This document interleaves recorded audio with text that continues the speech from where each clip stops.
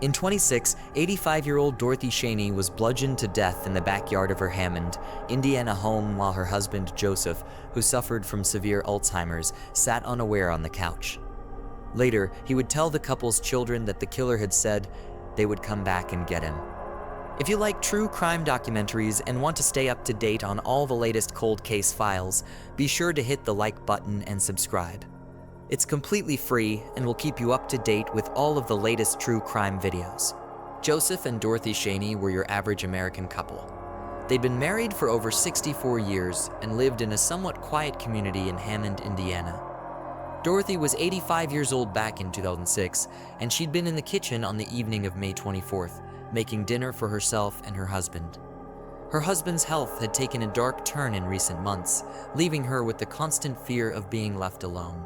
Joseph and Dorothy's family knew that putting Joseph in a nursing home would be the best option for him, but Dorothy refused. According to her loved ones, Dorothy insisted that placing her husband in a home was out of the question, and she truly believed she could look after him on her own. But his Alzheimer's had been getting worse and worse lately. He'd often forget where he was, who he was, or what he was doing. Dorothy put a boiling pot of water on the stove as she began her preparations for dinner. But immediately after doing this, something caused her to leave the kitchen and head to the couple's backyard. Their lawn had been overgrown for many years. After Joseph's health declined, maintenance around the home was all but forgotten. The lawn was full of old cars and parts, now nothing but memories of Joseph's former life before his illness took hold. A tall wooden fence outlined the yard and separated the couple from a set of railroad tracks that ran behind their home. A vacant house sat next door, leaving nothing but still and quiet nature surrounding the couple's home. Just 2 hours later, a local police officer had been parked a few blocks away from the family home. He'd been stationed here to perform seatbelt checks as vehicles passed by, but he was startled when a call came through requesting that he head to a nearby neighborhood. According to the police report, passing vehicles had noticed smoke pouring out of a home located on Gosselin Street, the home of Joseph and Dorothy. The officer got back into his car and immediately headed towards the home to make sure everyone was okay. As the officer pulled up to investigate, he confirmed that the witness reports were true. The home was ablaze with smoke billowing out of the windows and doors. As the officer pulled into the driveway, he saw 91-year-old Joseph sitting on the front porch, alongside his 34-year-old granddaughter, Amy, who had been living with the couple at the time. Amy had just come home from work and noticed smoke coming from the home. When she rushed inside to see what was going on, she saw her grandfather sitting helplessly on the couch as the kitchen had burst into flames. Joseph had been wheelchair-bound, but his wife helped him get in and out of his chair so he could sit on the couch and watch TV. She'd placed her husband on the couch just before she began dinner, but now Dorothy was nowhere in sight. Amy says she searched the home for her grandmother, but was unable to find her before the fire grew out of hand. She was eventually forced to abandon her search, grab her grandfather, and make a run for the porch.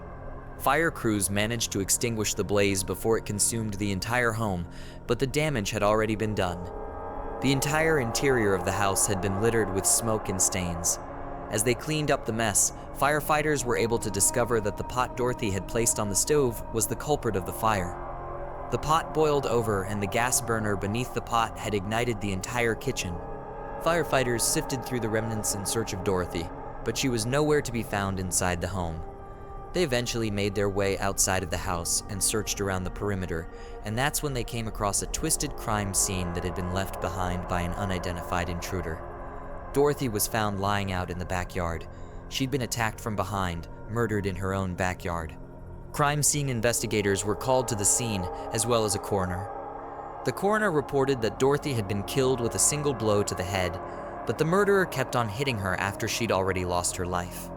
She'd been struck multiple times in the head, face, and chest. The coroner's opinion was that Dorothy had lost her life due to a brain laceration. Forensic evidence was found all throughout the backyard, but investigators and special agents were never able to determine what the murder weapon was. They took samples of all the evidence that was found at the scene, but all of the DNA came back as a forensic match to Dorothy, meaning the killer had left nothing behind that would help officers identify them. Just a short way up the street from the Szany household, police spoke about a small community of homeless people and scrappers who lived on the streets. This area was known to have been riddled with crime, but the Shanys stayed far away from this area. The only problem was that the criminals who lived here didn't stay away from the Shanys. Police recalled multiple disturbances in which they were called to the Szany household after Dorothy had seen scary people wandering around her backyard searching for scrap they could sell. When investigating the scene of the crime, detectives noticed a small hole in the Shanys' fence that gave scrappers a perfect view of everything in the backyard. This meant that any time someone walked by, they'd be able to clearly see all of the valuable metals and car parts that had been left behind by Joseph all those years ago. Considering this area was known for being impoverished, it's understandable that the Shanys often struggled to keep their backyard private. This led detectives to the obvious theory that the motive behind the murder was nothing more than a robbery gone wrong. But there was only one problem as far as special agents could tell. Nothing had been stolen from the property and nothing had been disturbed. There was no trace of anyone having been in the backyard at any point recently. If you've made it this far in the video, type the word backyard in the comments so I know you're still watching, and I'll do my best to respond to everyone who does. After police had reached a dead end in their investigation, they decided to question Joseph about the circumstances of the murder. Keep in mind, his Alzheimer's had claimed most of his memories by this point, and he rarely understood what was going on around him. However, his children recalled that, for the last several months, he would speak with Dorothy about a strange group of criminals that he would only refer to as they. Every once in a while before the couple would go to bed, Joseph would ask Dorothy to check all of the windows of their home and make sure they were locked. He said that he wanted to make sure that they wouldn't be able to get in. According to Joseph, this mysterious group had promised that they would come back and get him. No one ever fully understood who Joseph was referring to, because as far as anyone knew, no one had ever broken into the family's home before, so investigators were never able to uncover where Joseph had picked up these deranged fantasies. Unfortunately, this meant that Joseph's testimony was virtually useless, and the children certainly had no clues as to who would want to harm their mother. After all, Dorothy was known for being an upstanding woman in her community, and she certainly never let her advanced age get the better of her. She was an active member of her local church, and she even helped set up a soup kitchen for the homeless who lived nearby. According to everyone who knew her, she was always seen at the soup kitchen serving the less fortunate, and she would often put in extra hours around the holidays. To top this off, Dorothy was also an avid bowler. She'd spent a lot of time helping to establish a local bowling club for the younger generation and would teach children how to bowl.